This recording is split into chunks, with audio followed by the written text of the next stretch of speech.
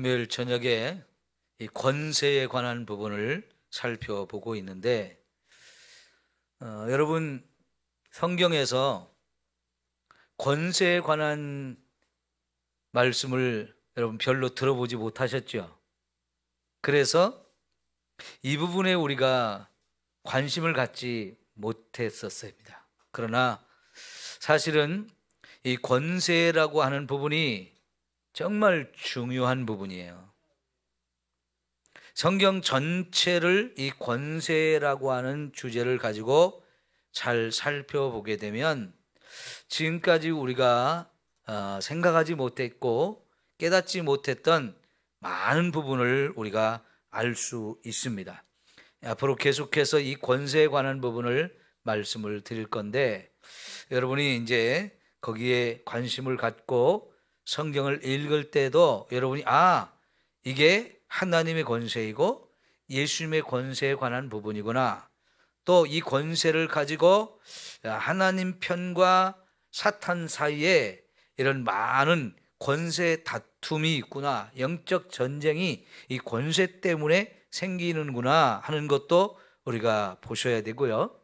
특별히 우리가 더 관심을 갖고 봐야 될 부분은 하나님께서 저와 여러분에게 이 권세를 주셨다고 하는 거예요. 이 부분을 우리 좀 잘 살펴봐야 되는데요. 오늘은 예수님의 권세에 대해서 좀 생각해 보려고 합니다. 자, 여러분 오늘 우리가 살펴보신 이 말씀, 함께 읽은 이 말씀이 4장 36절인데 누가복음은 예수님의 사역을 거의 시간의 순서로 이렇게 배열을 해놨어요. 마태복음 같은 경우는요, 시간과 상관없이 주제별로 이렇게 묶어서 말씀을 정리했는데 누가복음의 한 특징은 예수님의 태어나기 전부터 시작해서 십자가에 죽으셨다가 부활하시고 하늘로 승천하시기까지의 이런 내용을 시간의 순서로, 어떤 사건들이 이루어진 그 순서대로 이렇게 말씀이 기록이 되어져 있거든요. 그러면 4장 36절이라고 하면 이 말씀이 예수님의 사역이 초기일까요? 중간일까요? 아니면 끝부분에 관한 이야기일까요? 지금 누가복음이 24장까지 있어요. 그런 가운데서 4장이면 예수님의 사역의 초기예요, 초기. 자, 그렇다면 지금 4장 31절부터 37절까지가 요 한 문단인데요. 이거는 예수님께서 가버나움이라고 하는 동네에서 귀신을 쫓아내는, 말씀을 가르치고 있는 가운데에서 귀신 들린 사람이 예수님의 말씀 사역하는 걸 방해하고 있었어요. 그래서 예수님이 그 귀신 들린 자를 향해서 한 말씀을 딱 하셨죠. 잠잠하고 그 사람에게서 나오라. 예수님이 이 말씀을 하시자 말 그대로 귀신이 더 이상 떠들지 못하고요, 막 떠들고 있었는데 떠들지 못하고 바로 떠나가게 됐어요.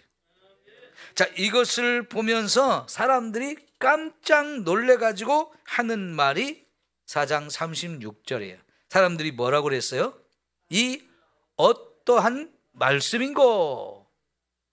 권위와 능력으로 더러운 귀신을 명함에 나가는도다 그랬어요.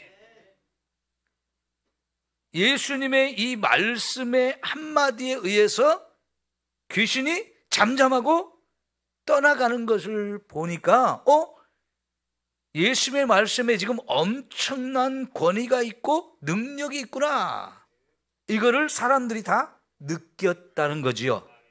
네. 그러니까 예수님이 지금 사역의 초기인데 가버나움에서 이제 이렇게 말씀을 가르치는 중에 귀신을 향해서 단 한마디 딱 명령하자마자 귀신은 예수님의 말씀에 바로 순종할 수밖에 없었어요. 자, 여러분, 7장에서 어떤 백부장이 자기 하인이 병들어 죽어가는 걸 보면서 유대인의 장로들에게 부탁해서 예수님을 우리 집으로 좀 와가지고 오셔서 이 병든 하인을 좀 고쳐주십시오라고 초청을 했어요. 그 말씀을 들은 예수님이 바로 이제 그 집을 향해서 걸어가고 있었는데, 이 백부장이 다시 사람을 보내서 뭐라고 말씀했습니까? 예수님이 저희 집에 오는 거 저는 감당 못합니다. 또 예수님이 굳이 우리 집까지 오는 수고하실 것 없이 그냥 거기 계신 곳에서 말씀해 주십시오. 그러면 지금 멀리 떨어져 있지만 예수님의 말씀 한마디에 의해서 내 종의 병이 나을 것 믿습니다. 나도 다른 사람 밑에 있는 사람이고 또 내 밑에도 사람이 있어서 나보다 높은 사람이 한마디 하면 나도 그 말에 즉각 순종해야 되는 사람이고, 내 말도 권위가 있어서 내 밑에 있는 사람이 내 말에 절대로 순종해야 됩니다. 예수님은 그보다 더 큰 권세를 가지신 분이니까 이 권세란 말은 안 썼어요. 그러지만 여기 분명히 권세에 대해서 얘기하고 있는 거죠. 그러니까 오시지 않아도 그 먼 곳에서 말씀만 하셔도 내 집에 있는 이 하인의 병이 싹 나아가지고 고쳐질 것을 내가 믿습니다. 이 백부장은 믿음도 있었지만요, 놀라운 것은 예수님의 권위를 인정하고 있는 거예요. 자기도 권위를 가진 사람이고 또 남의 권위 아래 또 있는 사람이기 때문에 나보다 더 큰 권위를 가진 사람이 명령하면 나는 바로 순종합니다. 이 권위는 진짜 명령해 죽고 명령해 산다 이런 말을 하는데요, 그거는 나보다 높은 사람이 명령하면 그 말은 나의 살고 죽는 걸 결정할 수도 있기 때문에요, 바로 순종하지 않으면 안 되는 거거든요. 그게 권위를 인정하는 거예요. 근데 예수님이 그런 권위를 가지신 분인 것을 이 백부장은 인정했어요.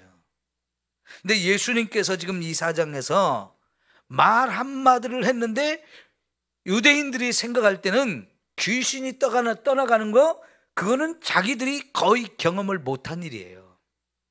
물론 그 당시 바리새인들이나 서기관들이나 이런 사람들 중에도, 종교 지도자들 중에도 귀신을 쫓아내는 사람들이 있기는 있었어요. 그런데 예수님이 귀신을 쫓아낼 때 예수님의 이 사역을 인정하지 않는 이 바리새인이나 이런 사람들이 와서 예수님이 저렇게 귀신을 쫓아내는 것은 자기 권위로 하는 게 아니고 바알세불의 힘을 입어서 지금 귀신을 쫓아내는 거다 하면서 예수님의 그 권위가 귀신의 왕의 힘을 입어서 귀신을 쫓아내는 거라고 이렇게 비난했었죠. 그러니까 가짜 뉴스를 퍼뜨린 거예요.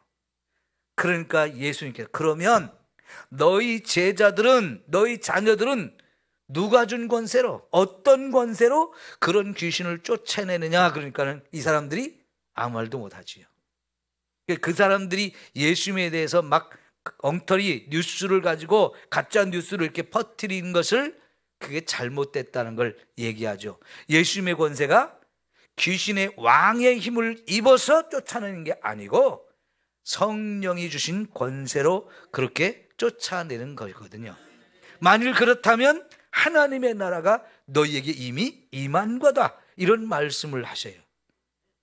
그러니까 여러분, 이 권세라고 하는 말을 가지고 성경을 보게 되면 굉장히 많은 부분에서 이게 권세에 관한 이야기구나 하는 것들을 저와 여러분이 딱 알 수 있게 되는 거지요.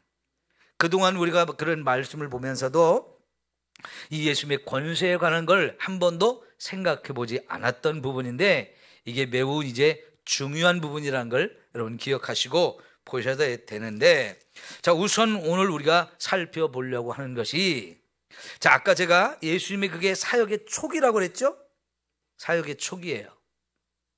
그러면 예수님이 이 사역 초기가 30세쯤 되었을 때라고 말씀을 드렸어요. 성경에서 분명히. 그런데 자, 그러면 예수님이 30세 전에는 이런 권세를 나타내는 일을 하셨습니까? 안 하셨습니까? 네? 태어나서 30세가 되기까지 예수님이 이런 놀라운 권세를 가지고 그 권세를 사용해서 권세를 나타내는 어떤 사역을 하셨어요? 안 하셨어요? 안 하셨죠? 안 하셨어요.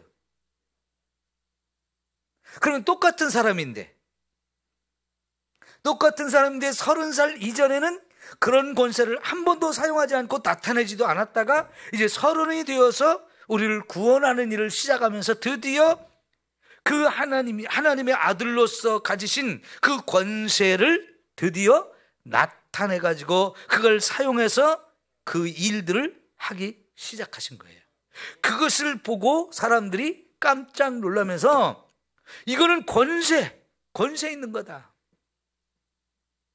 예수님의 말씀을 가르치는 걸 들으면서도 이것은 지금까지 바리새인이나 제사장이나 이런 사람들이 가르치는 것과 달리 권세 있는 가르침이다. 이렇게 또 놀라요.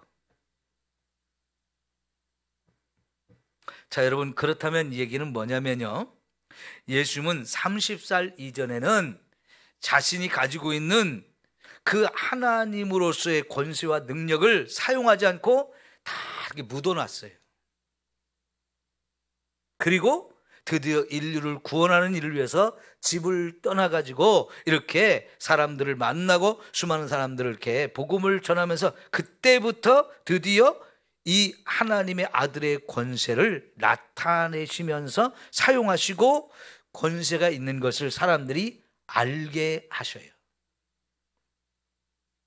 그러니까 여러분, 이 하나님의 아들의 권세를 가진 이런 놀라운 분이 30살까지 그걸 다 그냥 내려놓고 그냥 숨겨놓고 사신 거와 마찬가지죠.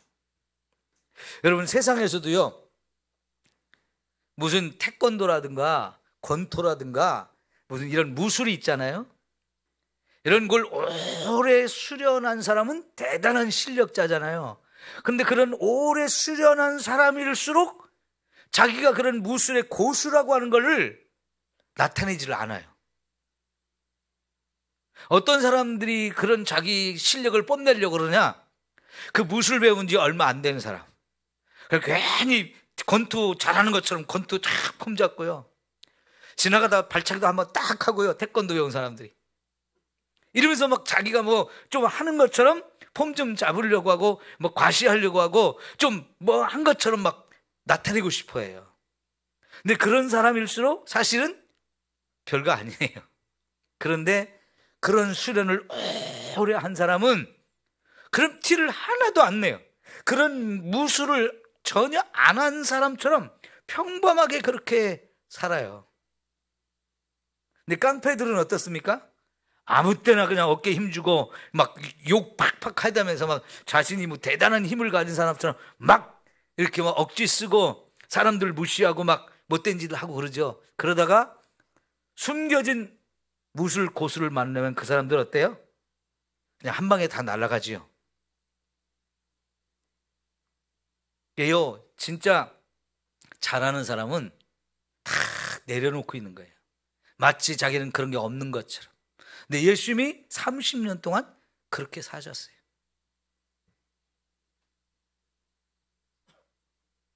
이게 쉬운 일이겠어요?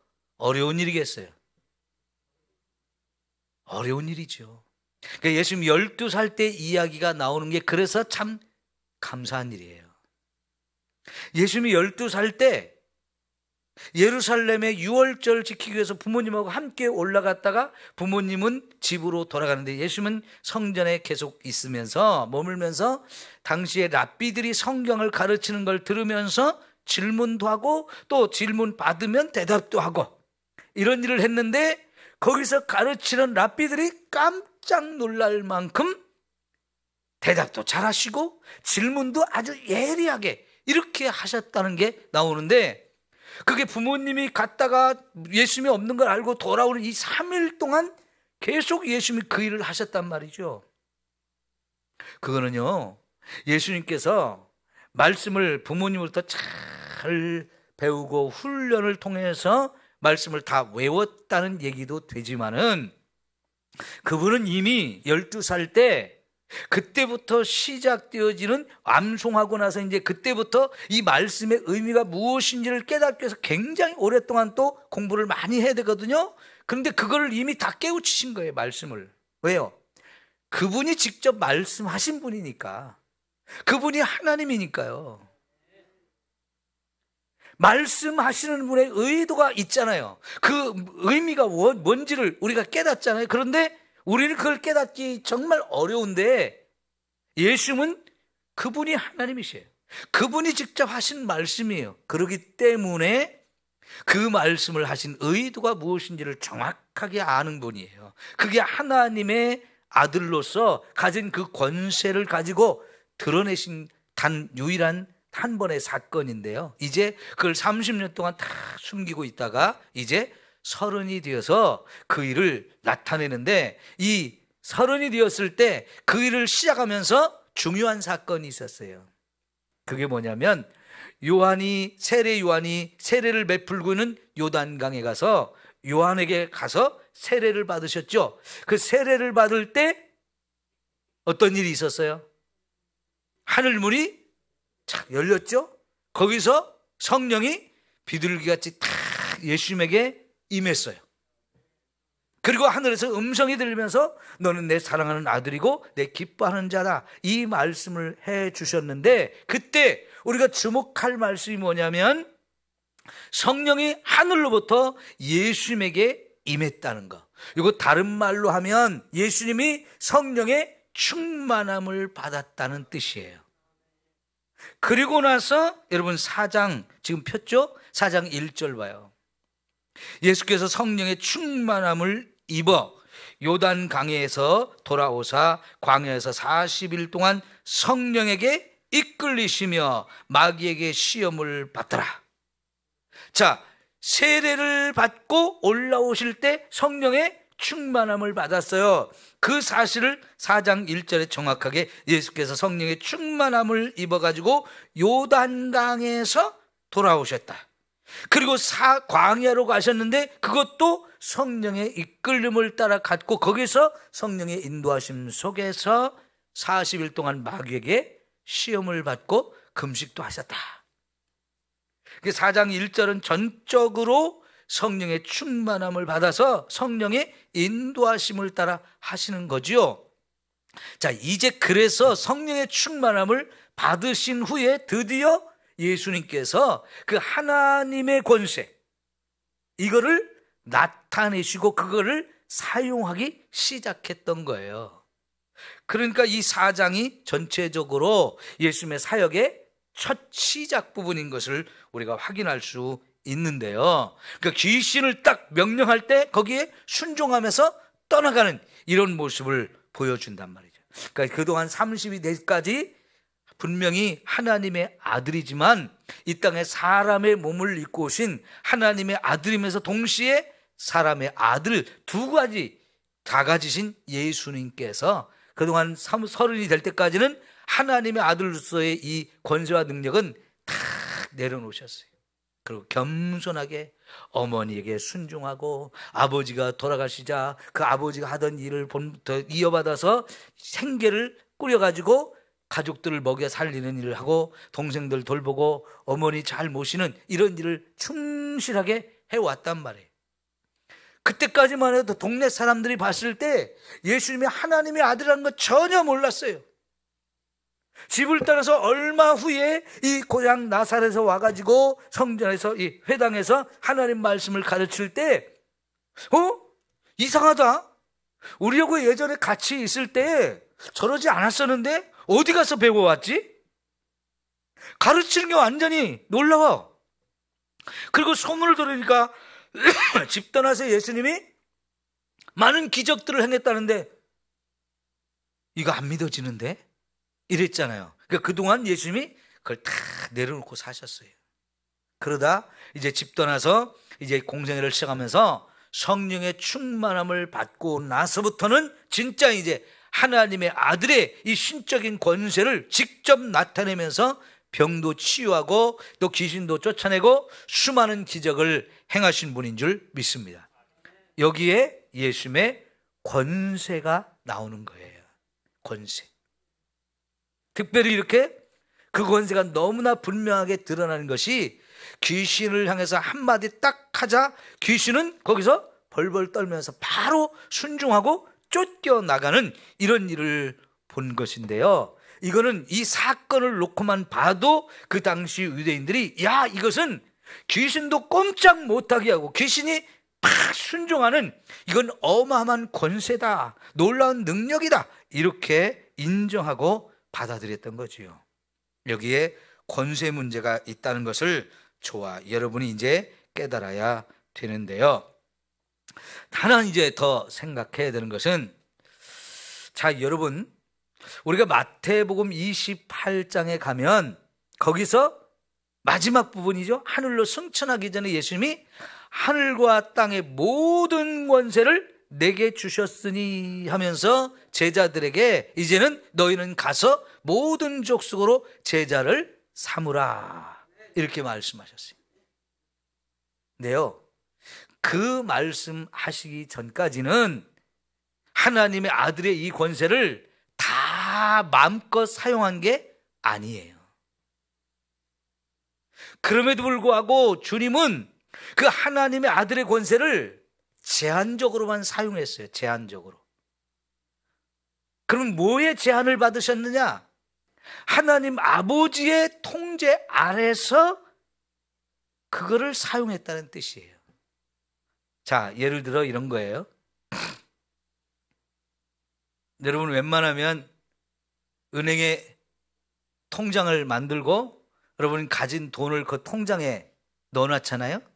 근데 요새는 현금을 가지고 다니는 것보다는 그 통장에 또 신용카드를 만들어 가지고 신용카드 가지고 다니면서 이렇게 사용을 하잖아요. 현금을 갖고 다니는 것보다는 신용카드 사용하는 게 훨씬 편리하기도 하고, 또 뭐 세금 공제도 되고, 또 뭐 돈을 안 잃어버릴 가능성도 많고, 그러니까요, 신용카드를 사용하는 사람들이 많아요. 어떤 사람은 통장에 돈이 조금 쌓여 있을 수도 있고 많이 쌓여 있을 수도 있는데, 통장에 돈이 이제 한 20만 원밖에 없다. 근데 내가 지금 물건을 사러 갔는데 30만 원어치야. 그럼 여러분, 그 카드를 사용할 수 있어요, 없어요? 그 뭐 사고 싶은 물건이 있는데 그걸 살 수 있어요, 없어요? 못 사지요. 그런데 그 통장에 나는 1억 쌓여 있어. 그럼 여러분, 그까짓 거 뭐 1억 쌓여 있는데 30만 원짜리 이거 사면서 아이 못 사겠는데 이러면서 발발 떨겠어요? 저게 마음에 들고 내가 갖고 싶다 그러면은 그냥 카드 내밀고 그냥 마음껏 사용할 수 있는 거죠. 자신 있게 사용할 수 있는 거죠. 그러니까 여러분, 은행에 잔고가 많으면 많을수록 신용카드를 쓰는 사람의 어깨가 힘이 빡 들어갈 수 있어요. 그런데 통장에 잔고가 얼만큼 안 남았다, 달랑달랑 한다 그러면은 어디 가서 점심 한 끼 사 먹을래도 이게 내 돈이 있는 거하고 맞는가 안 맞는가 이거 따져봐야 되고요, 더 싼 거 없는가 찾아봐야 되고요, 힘이 없어져요. 그러죠? 그런데요, 여러분, 이제 우리 자녀들이 대학을 갈 때 보면 집 떠나가지고 이제 학교를 가고 거기서 생활을 해야 된단 말이에요. 그럼 여러분, 그 자녀들이요, 등록금도 다 주고 기숙사비나 뭐 월세방이나 뭐 이런 거 다 마련해 주었다 할지라도 걔들도 용돈이 필요하잖아요.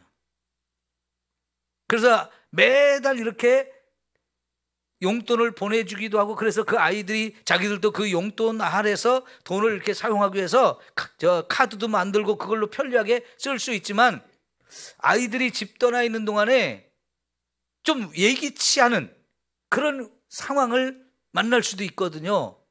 그러면 갑자기 돈이 필요한데 자기는 지금 엄마 아빠가 보내주는 용돈이 적어가지고 이 상황을, 문제를 해결할 수 없을 때가 있어요.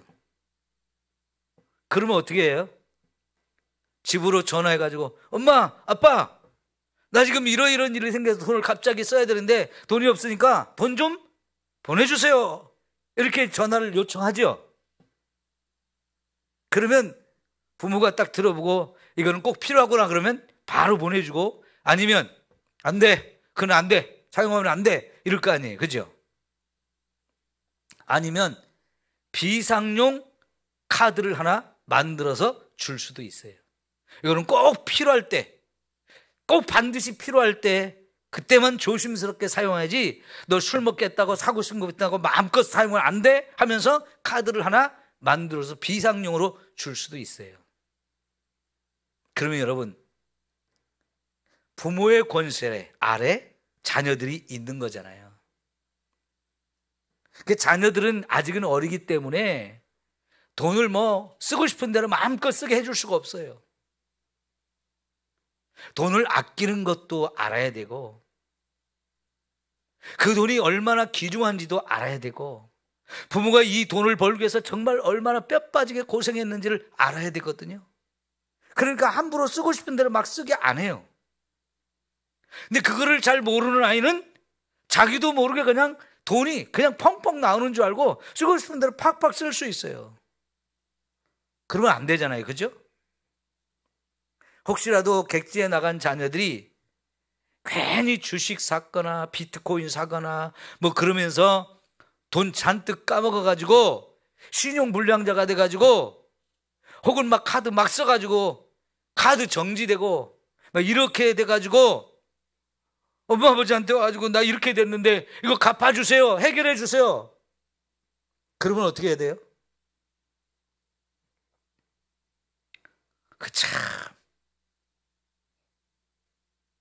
난감한 상황이 벌어지는 거죠.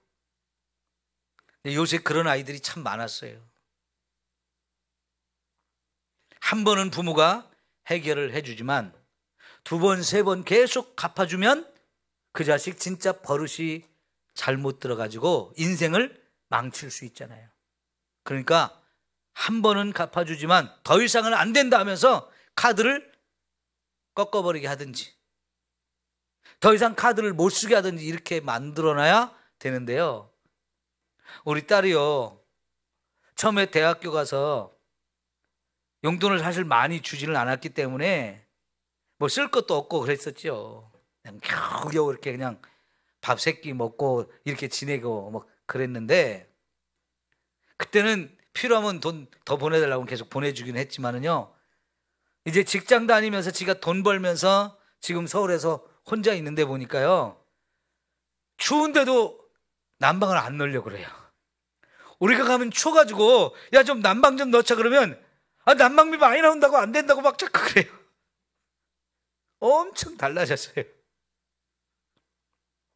그동안 이렇게 직장 다니면서 저녁은 집에 와서 안 먹고 사 먹고 다니더니요, 요새 밥값이 많이 올랐잖아요. 그러니까 웬만하면 또 집에 와서 해 먹으려고 하는 것 같아요. 그래서 고등어 어떻게 구워야 돼? 물어보고요, 겉절이 먹고 싶다고 해달라고요. 그래서 자꾸 그래요. 돈 아끼는 법을 자꾸 배우는 거예요. 지가 벌어보니까 원하는 만큼 월급 안 주잖아요. 가서 하루 종일 일해도 원하는 만큼 월급이 안 오르거든요. 그러니까 한 푼 한 푼 쓰는 게 너무 아까워가지고 이걸 못 써요. 우리보다 더 짠돌이가 됐어요. 여러분, 예수님께서요, 이 땅에 정말 하나님의 아들로 와서 하나님의 그 권세를 얼마든지 사용할 수 있는 분인데, 놀랍게도 예수님은 이제 그 신적인 권세를 사용해서 우리를 구원하는 일을 하시지만은 자기 마음껏 하지 않으셨어요. 하나님의 통제 아래서 그 권세를 사용하셨다는 거예요. 자, 여러분 한번 말씀을 찾아봅시다. 요한복음 5장 30절이에요. 요한복음 5장 30절.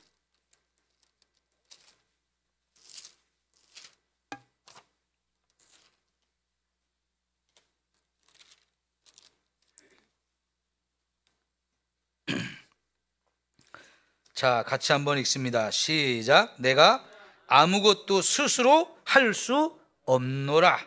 듣는 대로 심판하나니 나는 나의 뜻대로 하려 하지 않고 나를 보내신 이의 뜻대로 하려 함으로 내 심판은 의로우니라.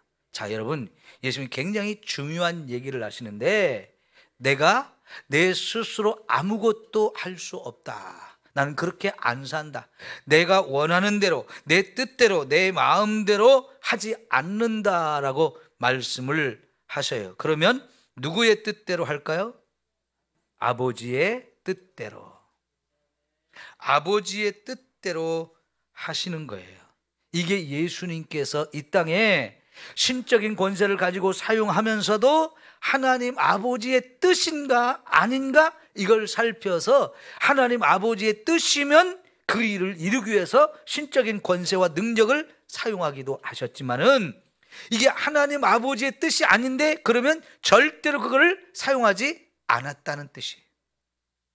예수님도 하나님이세요.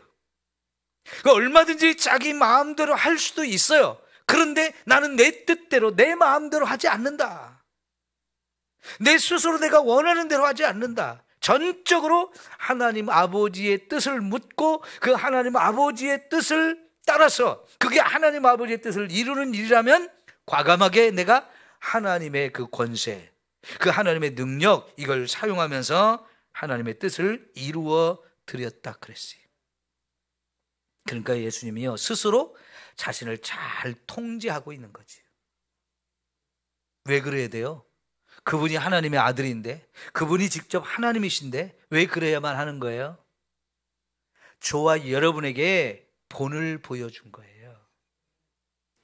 이제 예수님이 우리에게 권세를 주셨다는, 아까 그 얘기 찾아봤고 또 그 얘기도 이제 말씀을 드릴 텐데, 우리도 하나님 아버지로부터, 예수님으로부터 이런 권세를 받아가지고 그 권세를 사용해야 되는데, 이 권세를 잘못 사용하면 어떻게 돼요?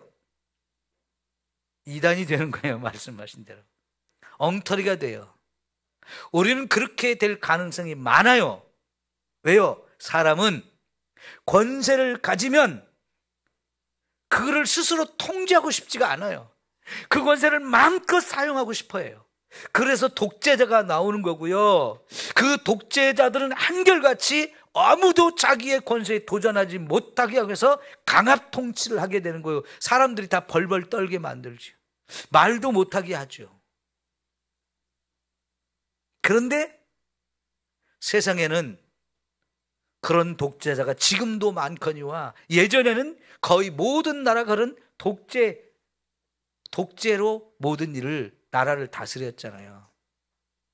인간은 그걸 정말 즐겨요. 그러나 지금 우리가 사는 세상은 민주화된 사회에서 살기 때문에 대통령이라도 여러분 탄핵시킬 수 있거든요. 왜요? 대통령에게 권세를 주었는데 그 권세는 누가 준 거예요? 백성들이 모아준 거예요.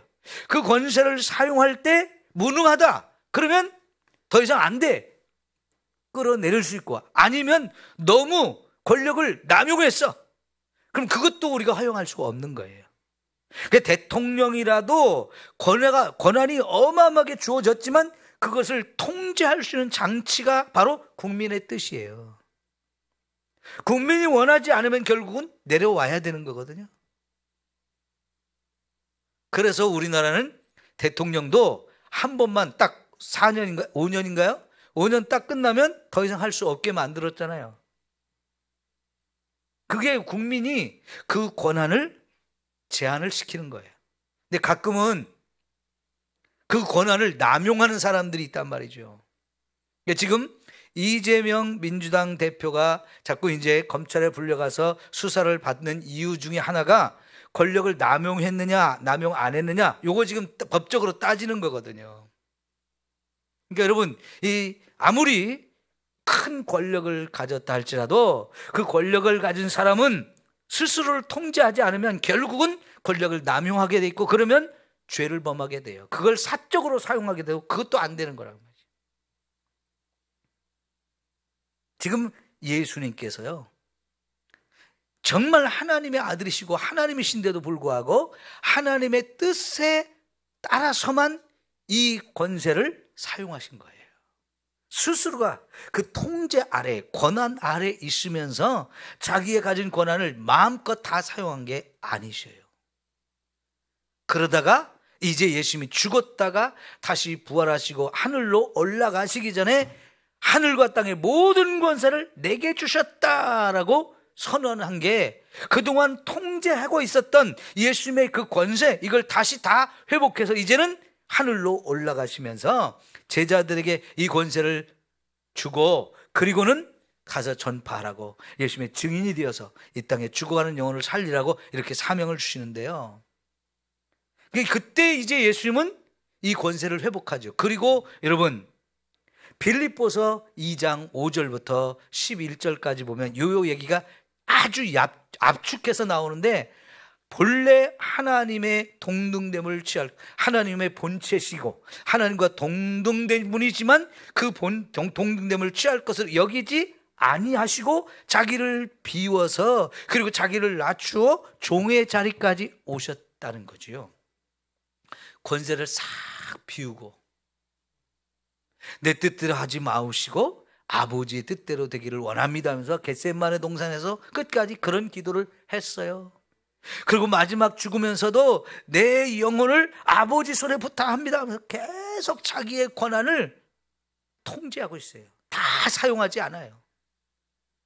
그래서 죽기까지 복종하셨지만 이제 그 죽은 자리까지, 무덤에까지 내려간 예수님을 하나님이 올리시는데 죽은 자를 살리셨어요. 그리고 다시 하늘로 올리셨어요. 그랬을 때 이 빌립보서 2장 9절부터 11절까지 뭐라고 하냐면, 하늘에 있는 것과 땅에 있는 것과 땅 아래에 있는 모든 자들이 그 앞에 무릎을 꿇게 만든다는 거예요. 그리고 그들의 입으로 예수가 주라고 시인하게 만든다는 거예요. 얼마나 높아지는 거예요? 그리고 그 권세 앞에 모든 자가 다 무릎 꿇게 되고 모든 자가 인정하지 않을 수 없도록 예수님이 회복되어지는 그때가 있다는 거예요. 그전에는 한없이 낮추셨어요. 다 비우셨어요. 예수님이 이렇게 자기를 비우고 하나님의 통제 아래서 이 권세를 사용하면서 저와 여러분을 구원하는 이 놀라운 일을 이루셨어요. 그러니까 여러분, 예수님이 가진 그 권세, 그 어마어마한 거를 다 이렇게 통제를 하면서 지극히 작은 부분만 사용해도 어때요? 귀신은 꼼짝 못해요. 질병은 다 치유돼요. 바람과 바다도 다 순종해요. 죽은 자도 다시 살려요. 보리떡 5개 물고기 2마리를 가지고도 수만 명을 먹이고도 남는 일을 이루셔요. 이게 다 뭡니까? 하나님의 권세.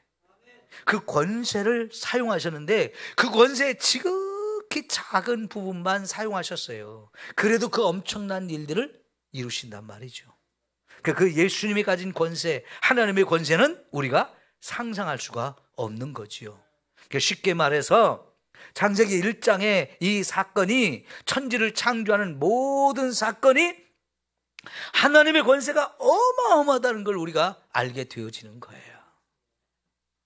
그냥 대충 하나님이 천지를 창조하셨다, 하늘과 땅을 창조하셨다, 이 말로 간단하게 그냥 천지라는 말로 표현됐지만 그 천지라는 말 속에 우주 삼라만상이 다 들어있는 거잖아요. 여러분, 그 우주가 얼마나 얼마나 큽니까? 이 하늘의 크기는, 우주의 크기는 지금도 그 어떤 것으로도 측량할 수가 없어요. 최근에 만들어낸 그 어마어마한 천체 망원경을 가지고 우주를 봐도 끝을 볼 수가 없어요. 지금 인간이 만든 우주선을 가지고 처음에는 달나라 갔다 오는 것도 어마어마했는데 이제는 달나라를 넘어서 화성도 지나서 수금, 지, 화, 목성, 토성, 금성, 천왕성, 명왕성, 그 너머까지 지금 가고 있거든요. 그런데 그거는 진짜 우주 전체를 보면 지극히 짧은 거리예요. 근데 그 모든 걸 하나님이 지으셨대요. 그렇다면 그 하나님의 권세와 능력은 우리가 상상할 수가 없는 거죠. 그러니까 예수님이 이 땅에 오셔서 보여주신 그 권세는 진짜 옛날 애들 말로 세 달의 피예요. 세 발의 피예요. 세 발의 피. 그죠? 진짜 작은 걸 보여주셨는데도 사람들이 깜짝깜짝 놀랄 그 어마어마한 일들이 일어난 거잖아요. 그러면 예수님께서 그 모든 권세를 회복하신, 하늘과 땅의 모든 권세를 내게 주셨으니 했을 때 그 권세는 어마어마한 권세잖아요. 그분이 저와 여러분에게 권세를 주셨어요. 마태복음 10장 그리고 누가복음 9장, 누가복음 10장 이런 데를 보면 예수님께서 내가 너희에게 귀신을 쫓아내며 모든 병을 고칠 권세를 준다, 이렇게 말씀해 주셨잖아요. 그죠? 그런데 이제 마지막으로 생각해 볼까? 왜 예수님이 마태복음 28장이나 마태복음 10장이나 누가복음 9장이나 누가복음 10장 이런 데서 권세를 왜 우리에게 주시는 거예요? 네? 왜 그 권세를 우리에게 주신 거예요? 뭐 때문에? 하나님 영광 드러내라고요? 맞는 말입니다. 그러나 좀 더 정확하게 여러분 아셔야 돼요. 이 복음을 가서 전해서 영혼을 구원하라고요. 그랬잖아요. 아까 마태복음 28장 너희는 가서 모든 민족을 제자로 삼으라. 전도해서 영혼을 구원하라는 거잖아요. 이것 때문에 저와 여러분에게 이 권세를 주셨어요. 마태복음 10장이나 누가복음 10장, 9장 이런 데서 다 똑같이 제자들을 전도하는 보내면서 그 얘기를 하셨어요. 전도하러 보내면서 너희가 전도할 때 이 권세가 필요해. 그래서 사도행전 1장 8절에서도 이제 성령이 너희에게 임하시면 너희가 권능을 받고 예루살렘과 온 유대와 사마리아와 땅끝까지 이르러 내 증인이 되리라, 여기 말씀을 하시는데 지금 여기 예루살렘부터 저 땅끝까지 나가서 예수님의 증인이 돼야 되는데 그거를 위해서 반드시 필요한 게 성령의 충만함을 받는 거였어요.